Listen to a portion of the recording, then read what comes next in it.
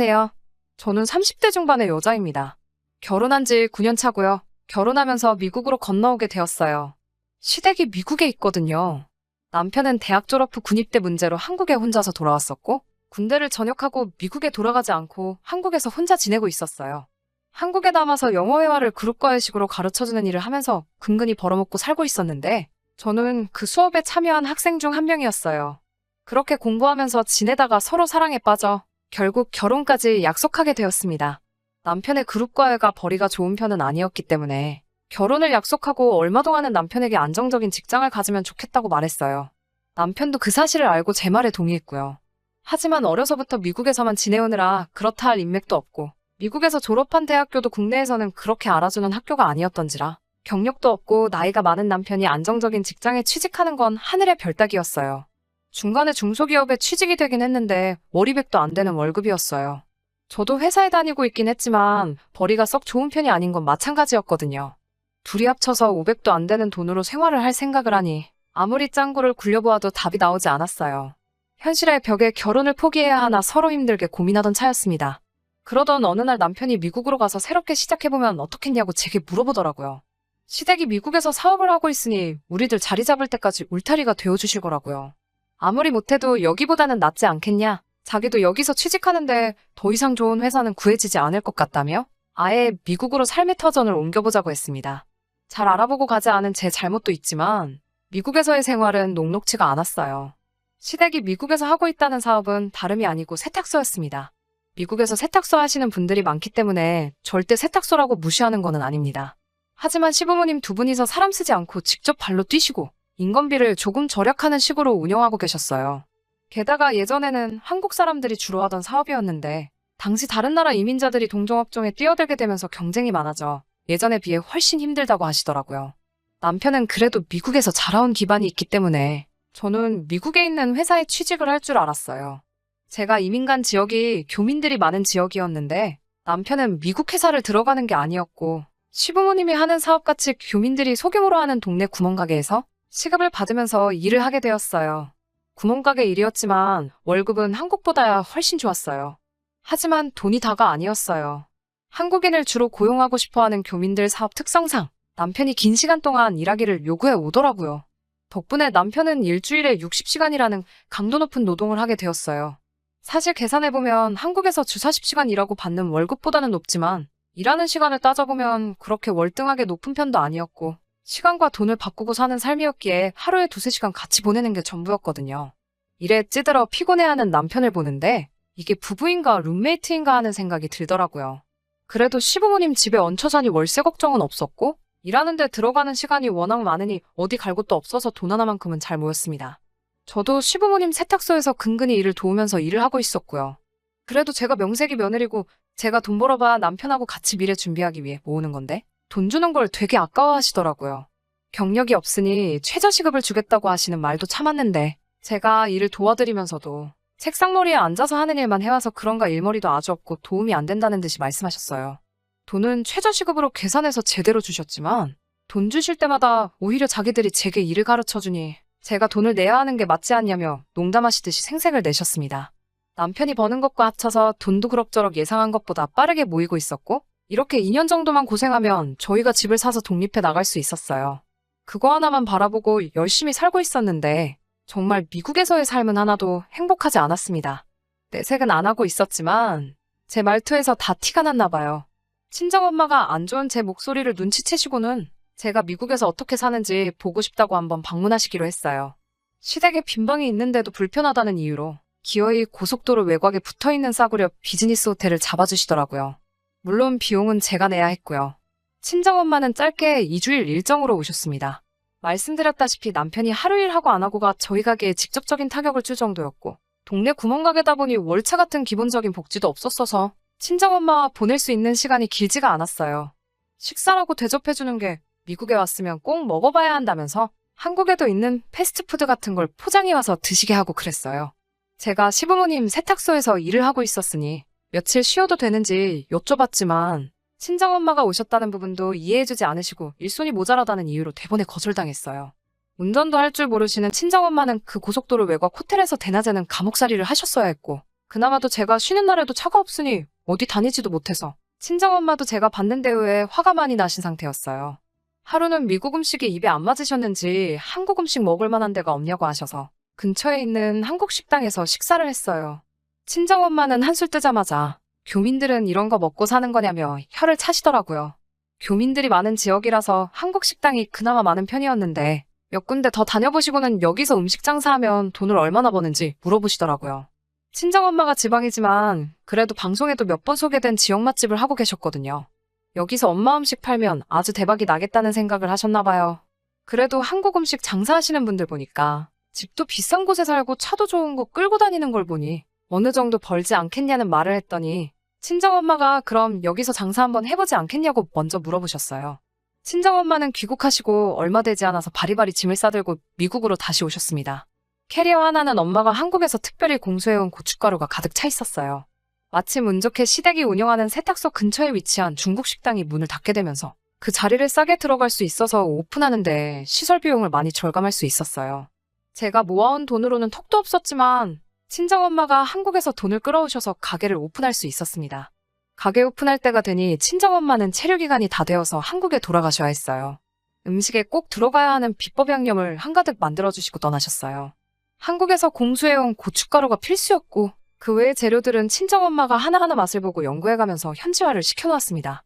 시가에서는 세탁소 일손도 없어 죽겠는데 무슨 식당을 한다며 불편함을 감추지 않았지만 친정엄마가 돈까지 들고 와서 가게를 오픈해버리니 딱히 반대를 하지 못했습니다.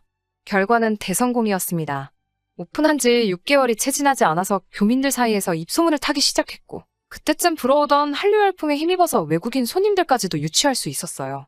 그때쯤부터 저 혼자로는 도무지 감당이 안 돼서 남편이 하던 일을 그만두고 같이 일을 시작했고요. 시가와 알고 지내는 교민 중에 지역유지이신 분이 있는데 투자 형식으로 1호점을 더 좋은 위치에 오픈해 주신다는 제의도 해주셨고 교민이 많이 사는 다른 지역에도 2호점을 내면 어떻겠냐는 제의까지 해오셨습니다. 2호점까지는 아직 여력이 없다고 거절하기는 했는데 언제든지 생각이 바뀌면 알려달라고 하셨습니다. 지역신문에도 소개되고 입소문을 타면서 장사는 완전히 자리를 잡았어요. 그때쯤부터 돈도 엄청 벌리게 되었고 저는 식당 일에는 큰 뜻이 없었기 때문에 미국에서 주류사회에 들어가지는 못하더라도 미국 살면서 남편이 식당을 하더라도 저는 번듯한 직장을 가지면 좋겠다는 생각에 늦게나마 대학교에 입학해서 회계사 공부를 시작했습니다.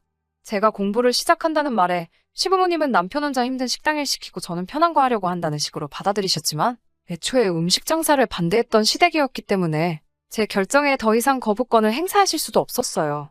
그때쯤 집은 구하지 못했지만 새로 옮긴 가게 근처에 월세방을 구하게 되면서 시댁으로부터 독립도 하게 되었고요.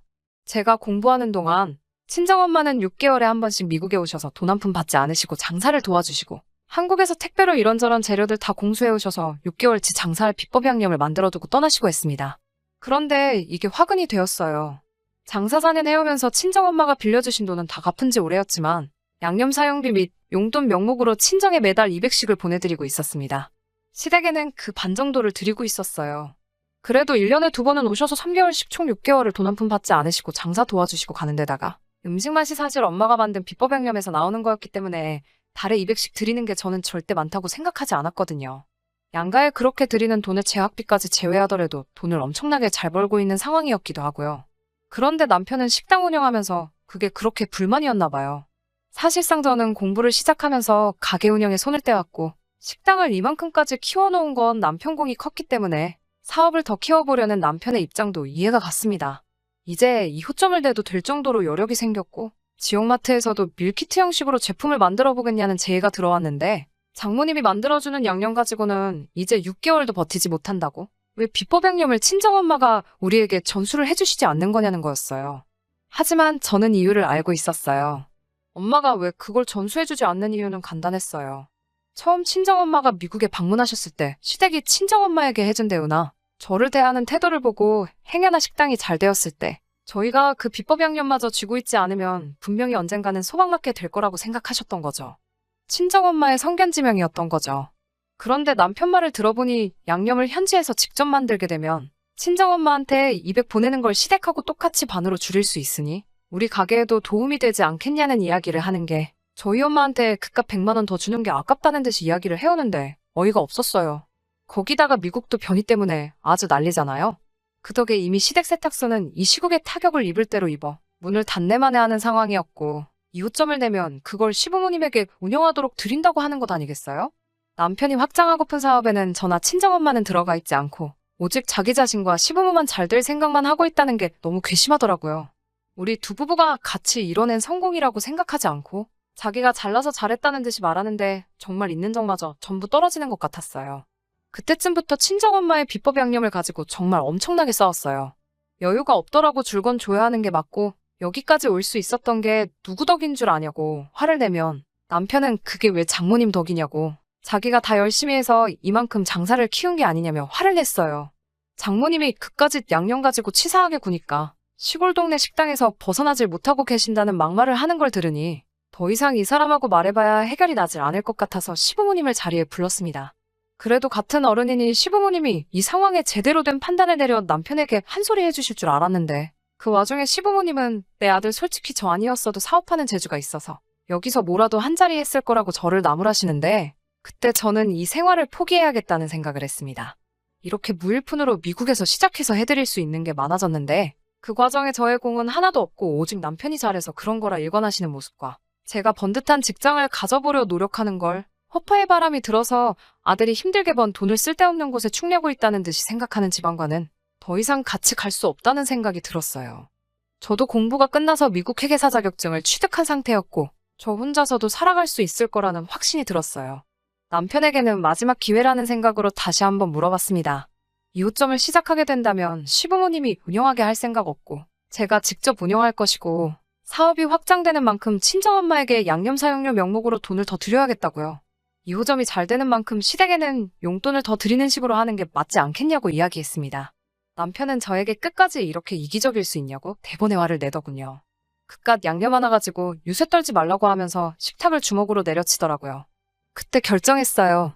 그때 주먹으로 내려친 식탁이 다음에는 제가 될 수도 있다는 생각이 들었거든요. 남편에게 여태까지 최저시급 받으면서 시부모님 가게에서 일한 것, 친정엄마 처음 오셨을 때 호텔도 아니고 고속도로 외곽에 있는 사구려 숙박시설에서 감옥살이 시킨 것들 빠짐없이 다 이야기하면서 저도 참을 만큼 참아왔다고 은혜를 갚아도 모자랄 판에 그깟 돈 몇 푼 주는 게 아까워서 개고픈 무는 꼬라지를 보니 이제 우리는 다 끝난 것 같다고 이혼하자고 말했습니다. 남편은 식당의 성공이 마치 자기가 이룩해낸 성공인 것 마냥 거기에 취해 있더라고요. 알겠다고 이혼해준다고 하지만 식당은 자기가 키운 거나 마찬가지니 위자료 한 푼 받아갈 생각하지 말라고 했어요. 물론 그동안 벌어온 돈이 많기는 했지만 아쉽지 않았어요. 저도 그만큼 공부하면서 학비로 들어간 돈도 있고 저도 한국에서 새로 시작할 준비가 되어 있었거든요. 남편과는 이혼 후에 한국으로 돌아온 지 벌써 6개월이 되었습니다. 저는 외국계 회계사무실에 취직하게 돼서 연봉 6천을 받으면서 일을 시작하게 되었어요. 미국에서 알고 지내던 친구와 근근히 연락하면서 지내는데 벌써부터 식당이 삐그덕거린다는 재밌는 사실을 알려주더라고요. 음식 맛이 변했다고 교민 손님들이 하나둘 빠지기 시작하더니 요즘은 아주 파리를 날리고 있다고요.